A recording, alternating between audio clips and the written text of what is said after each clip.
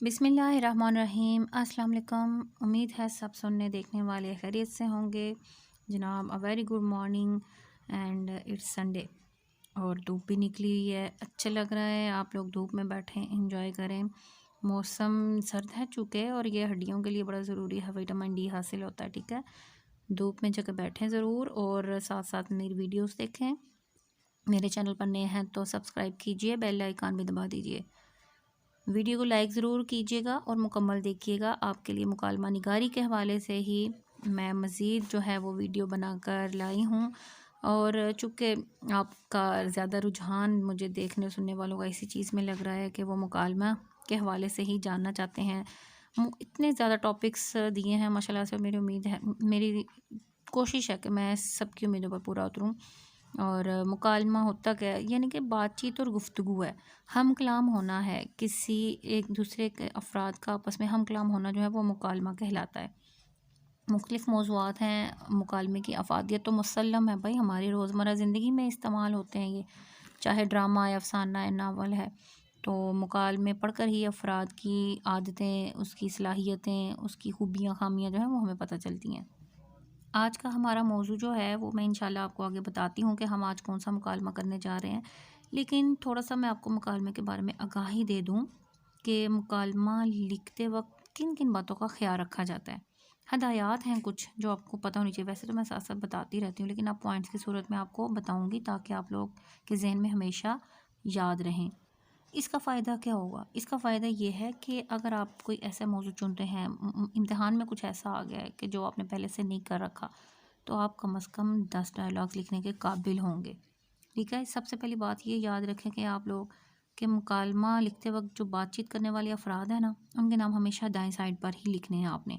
और अगर राब्ते का निशान डालना होता है, जैसा मैं आपको दिखाती भी हूँ, ठीक है? वो लाज़मी है। फिर दूसरे नंबर पे क्या है? सादगी। जितने सादा मुकालमे होंगे उतना ही ख़यालात जो हैं वो अच्छे और तरतीबवार लिखे जाते हैं। लिहाजा अपने जुमलों को सादा रखना है। बहुत ज़्यादा पुरतकल्लुफ़ गुफ्तगू करने से गुरेज़ करना है। बेतकल्फ़ी वाला भी अंदाज़ हो, मौज़ू पे भी वैसे डिपेंड करता है, तो ज़रा बेतकल्फ़ी हो, थोड़ी सादगी हो। फिर उसमें ख़यालात जो हैं वो आपके एक तरतीब से हों। बात ये नहीं कि पहले कुछ थी आगे कुछ हो गई। वो अगर तरतीब व तसलसल नहीं है ना, तो आपका मुकालमा अच्छा नहीं होता। मेरी कोशिश है कि मैं इस चीज़ पर बहुत ज़्यादा आपका वक्त ना ले लूँ, कि आपको हदायत ही बताती रहूँ, लेकिन ये बहुत ज़रूरी हैं। आप सुनें इसको मुकम्मल, फिर आपको आगे मैं दिखाऊँगी कि हम आज मुकालमा कौन-सा कर रहे हैं। फिर इसके बाद एक पॉइंट आपने क्या ज़हन में रखना है कि गैर ज़रूरी तकरार नहीं होनी चाहिए। मुहावरे में ये नहीं कि ऊपर भी एक बात की है, नीचे फिर वही बात हो रही है। रेपिटिशन जो है ना, गैर ज़रूरी तकरार, वो नहीं होनी चाहिए। और ऐसे मुहावरा जिनका के जुमलों में, फ़िक्रों में कोई ताल्लुक ही नहीं था, कोई गैर मानूस से अल्फाज जो कि इस मौजू के मुताबिकत नहीं रखते थे, वो आप लोगों ने इस्तेमाल नहीं करने। और रेपिटिशन ख़ास तौर पर आप ज़हन में रखिएगा, एक बात जो ऊपर हो गई है वो आगे मत बार बार वैसे दोहराएं, अल्फाज चेंज करें। ठीक है, फिर आप कर सकते हैं। ये हो गई जी 4 अहम निकात अभी तक जो मैंने आपको बताया। अब 5वां नुक्ता क्या है जो अपने जहन में रखना है जब भी आप मुकालमा लिखें, कि हर किरदार की जो बातचीत है ना, उनको बराबर मौका दिया जाए गुफ्तगू का। ठीक है, ये नहीं कि एक बंदा बोलता ही जा रहा है, बोले उसका बहुत तवील डायलॉग हो जाए, दूसरे का हो ही ना, मुख्तसर सा हो, वो मुकालमा अच्छा नहीं कहलाएगा। ठीक है, बतदरीज आप लोगों को गुफ्तगू को फ़ितरी अंदाज में आगे बढ़ाना होता है कि एक किरदार ने एक बात की है, दूसरा भी उतनी ही बात करेगा, मुख्तसर डायलॉग यानी कि होंगे। और फिर किसी एक बंदे का मुकालमा जो है ना, आपने यकायक ख़त्म नहीं कर देना। ठीक है, छठा नुक्ता जो मैं आपको बता रही हूँ कि यकायक मुकालमा ख़त्म नहीं कर देना, बल्कि मुकालमे के एंड पे कोई ना कोई नतीजा या अच्छी इस्लाही बात करके आपने ख़त्म करना है। 6 पॉइंट्स हो गए। इसके बाद क्या है कि मुकालमे के जो किरदार हैं ना, उनका रंग ढंग, उनकी बोल चाल वो फ़ितरी अंदाज में होनी चाहिए। यानी कि जिस मौजू पर मुकालमा है, अफराद भी उसी तरह की गुफ्तगू और बातचीत करेंगे, तो ही आपका मुकालमा बेस्ट मुकालमा कहलाएगा और इंशाल्लाह आपके बोर्ड में बहुत अच्छे नंबर आएंगे। अच्छा जी, एक और अहम पॉइंट क्या है फिर हमारे पास, कि मुकालमा जो जिस मौजू पर आपने लिखना है, उसकी मालूमात जो है ना वो सही सही आपके पास हों और वसी हों। मालूमात हों, वसी हों और बिल्कुल सही हों, ताकि तरतीबवार निकात जो हैं वो सारी बातचीत में हों, वरना जो है ना वो बनावट सी महसूस होगी और वो अच्छा इंप्रेशन नहीं पड़ेगा चेकर पर।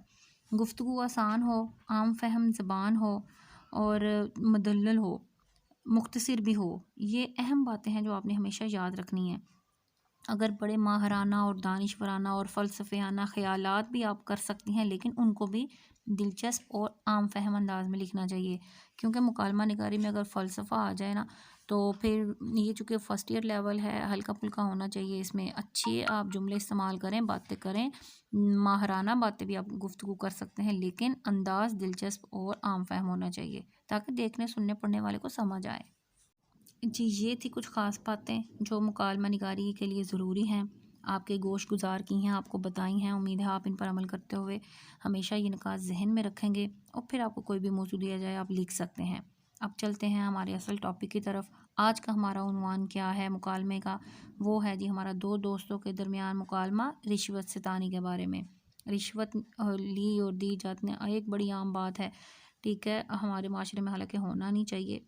लेकिन चलें आज हम देखते हैं कि रिश्वस्तानी के बारे में क्या गुफ्तगू है दो दोस्तों के दरमियान। खालिद अस्सलाम वालेकुम। इफ्तिहार वालेकुम अस्सलाम।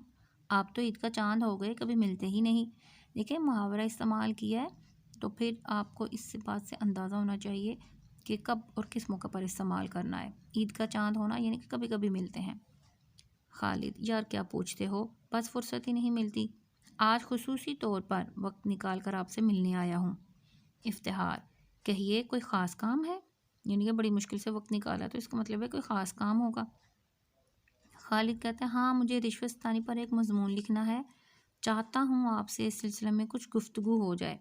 अगर किसी का मालूमात इस हवाले से कम है या दुरुस्त नहीं है तो फिर दूसरे से मदद ली गई है, तो यूं ही हमारा मुकालमा भी बन जाएगा। अब देखते हैं जी इफ्तिहार क्या कहता है। भाई ये तो आम सा मौजू है, आजकल तो रिश्वत का बाज़ार खूब गर्म है। ये भी ये देखिए मुहावरा बर वक्त और बरमहल इस्तेमाल किया है कि रिश्वत का बाज़ार तो गर्म है, बहुत इस्तेमाल होती है, तो आम सा मौजू है। खालिद, ये ऐसी बात है जो हर बड़े छोटे की ज़ुबान पर है, लेकिन कुछ सोचा भी है कि असल वजह क्या है? इफ्तिहार, बस वजह यह है कि हर शख्स के दिलो दिमाग पर अमीर बनने की धुन सवार है। माहौल कुछ ऐसा हो गया है कि हमने ज़िंदगी को बहुत पुरतकल्लुफ़ बना लिया है। हमने मस्नूई मेयार ज़िंदगी अख्तियार कर रखा है और उसे बरकरार रखने के लिए जायज़ व नाजायज़ ज़राए इस्तेमाल करते हैं। यहाँ पे ये डायलॉग जो है प्रिंट फॉर्म में 1 2 3 लाइनों का है, आप लोग लिखेंगे तो 5 6 हो जाएंगे। लिहाजा मेरी आपसे गुजारिश है कि इस मौके पर जब डायलॉग ज़रा लंबा हो तो आप उसको मुख्तसर कर लिया करें। आप यूँ लिख सकते हैं कि असल वजह क्या है, तो फिर बस वजह यह है कि हर शख्स के दिलो दिमाग पर अमीर बनने की धुन सवार है। फिर आगे आप खालिद का नाम लिखकर ना अलहदा से डायलॉग बना दें। हाँ, माहौल कुछ ऐसा हो गया है कि हमने ज़िंदगी को पुरतकल्लुफ़ बना लिया है और मस्नूई मेयार ज़िंदगी इख्तियार कर रखा है। फिर आगे आप इफ्तिहार का डायलॉग डाल दें कि जी हाँ, और इस मस्नूई मेयार ज़िंदगी को बरकरार रखने के लिए जायज़ व नाजायज़ ज़राए इस्तेमाल करते हैं या किए जाते हैं। इस तरह करके आपने डायलॉग्स को छोटा कर लेना है। इफ्तिहार के बाद खालिद का डायलॉग, फिर इफ्तिहार का डायलॉग, फिर खालिद का आ जाएगा। तुमने सही तज्जिया किया है, हकीकत भी यही है। हर शख्स रुपए के पीछे भाग रहा है। ये रुपया आता किस तरह है? किसी को इसकी परवाह ही नहीं है। परवाह में गोल है मत डालिएगा, पेरे व अलिफ होता है, परवाह ही नहीं है। इफ्तिहार, हाँ, आज के दौर में हमने सादा तर्ज ज़िंदगी तर्क कर दिया है, बस तकल्लुफ़ात के चक्कर में। यहाँ से आप इफ्तिहार के डायलॉग पर गौर कीजिए, ऊपर से 3 लाइनें छोड़ दें। तकल्लुफ़ात के चक्कर में फंस कर रह गए हैं, और जब हलाल तनहा इन तकल्लुफ़ात की मुतहम्मल नहीं होती तो लोग हराम वसाइल का सहारा लेते हैं, जिनमें एक रिश्वत भी है। खालिद, ये दुरुस्त है, लेकिन सवाल ये है कि लोग रिश्वत देते ही क्यों हैं? इफ्तिहार, इसकी वजह यह है कि किसी दफ्तर या महकमे में चले जाएं, लोगों के जायज़ काम भी नहीं हो पाते, बल्कि उसमें तरह तरह के रोड़े अटकाए जाते हैं। मजबूरन लोगों को अपना काम निकालने के लिए रिश्वत देना पड़ती है। यहाँ मुझे मुस्तनसर हुसैन तारड़ की एक बात याद आ रही है। बड़ी अच्छी और पायदार सी बात कही है उन्हें। उनका बड़ा तजर्बा है उन्हें ज़िंदगी में, और बहुत सी तहरीरें उनकी हर किसी को पसंद हैं। अभी तक लिख रहे हैं माशाल्लाह से। अल्लाह ताला उन्हें सेहत तंदुरुस्ती दे। उनका कौल है कि पाकिस्तान एक ऐसा मुल्क है जहाँ हर जायज़ काम के लिए नाजायज़ तरीका इख्तियार करना पड़ता है। यानी कि जायज़ काम भी होना है ना अगर आपका, तो वो ऐसे ही नहीं होता। उसके लिए रिश्वत देना पड़ती है और लोगों की मुट्ठियाँ और जेबें गर्म करनी पड़ती हैं। फिर कहीं जाकर जायज़ काम भी होता है, नाजायज़ तरीके से होता है। ये मुस्तनसर हुसैन तारड़ साहब ने फरमाया है। चले जी, हम अगला डायलॉग देखते हैं। खालिद का डायलॉग है अगला। वो खालिद क्या कहता है, ये ठीक है कि अक्सर लोगों के जायज़ काम भी अटके रहते हैं, लेकिन ये भी तो हकीकत है कि कुछ लोग रिश्वत के ज़रिए नाजायज़ काम भी तो करवाते हैं। वो मुलाजमों को खुद रिश्वत की तरगीब देते हैं। अब देखिए, बात को यूँ आगे लेकर जाया जाता है कि ठीक है अगर जायज़ कामों के लिए रिश्वत है, लेकिन ऐसे लोग भी हैं दुनिया में जो कि नाजायज़ तरीके भी इस्तेमाल करते हैं। हाँ हाँ, इफ्तिहार ये बिल्कुल बजा है, यानी कि आप दुरुस्त फरमा रहे हैं। रिश्वत लेने वाले और रिश्वत देने वाले दोनों इसके ज़िम्मेदार हैं। देखें जी, ताली दोनों हाथों से बजती है, ठीक है, एक हाथ से कभी नहीं बजती। अगर रिश्वत दी जाती है तो ली भी जाती है। दोनों, देने और लेने वाले दोनों ही ज़िम्मेदार हैं। अब इस हवाले से फिर आगे देखेंगे, एक हमारी हदीस भी शामिल हो जाएगी जो कि खालिद के डायलॉग में है। खालिद कहते हैं, आखिर लोग खुदा का खौफ क्यों नहीं करते, क्या उन्हें मरना नहीं है? अब यहाँ पे ये डायलॉग आप निकाल दें कि खुदा को क्या मुंह दिखाएंगे, क्योंकि डायलॉग बहुत लंबा हो जाएगा। तो इतना काफ़ी है, क्या उन्हें मरना नहीं है? क्या ये लोग नहीं जानते कि हमारे रसूल अकरम सल्लल्लाहु अलैहि वसल्लम की हदीस है कि रिश्वत देने वाला और रिश्वत लेने वाला दोनों जहन्नुमी हैं। अब यहाँ पे आपने ये बात जहन में रखनी है कि जब भी कोई हवाला जाती मवाद आप शामिल करते हैं अपने मज़मून में, मुकालमा में, रूदात में, कहीं भी तशरीह में, उसको हमेशा आप नुमाया करके लिखेंगे। इन्वर्टेड कामास भी डालिएगा जिन्हें वावैन कहा जाता है, और इसको मार्कर से लिखना है आपने इस हदीस को, ठीक है। फिर इफ्तिहार का डायलॉग है, वाकई ये हदीस मुबारक है भी और सभी को मालूम भी है, लेकिन किसी को इस पर अमल करने की तौफीक नहीं। बातें हर कोई करता है, पता भी है, सबको पता है कि भाई ऐसी अल्लाह ताला का ये हुक्म है, हमारे नबी ने ये अहकामात सादिर किए, हमारे नबी ने हमें ये सिखाया है, लेकिन अमल ना कोई भी नहीं करता। खालिद, आखिर रिश्वत का कला कमा किस तरह हो सकता है? कला कमा ख़ात्मा होना, यानी कि इसको कैसे हम जड़ से काट के फेंक सकते हैं, किस तरह इस रिश्वत लेने देने सिस्टम को ख़त्म कर सकते हैं। तो इफ्तिहार, एक तरीका तो ये है कि लोग दिलों में खुदा का खौफ पैदा करें, सादा तर्ज ज़िंदगी अपनाएं, चादर देखकर पाँव फैलाएं और रिज़्क़ हलाल पर कनात करें।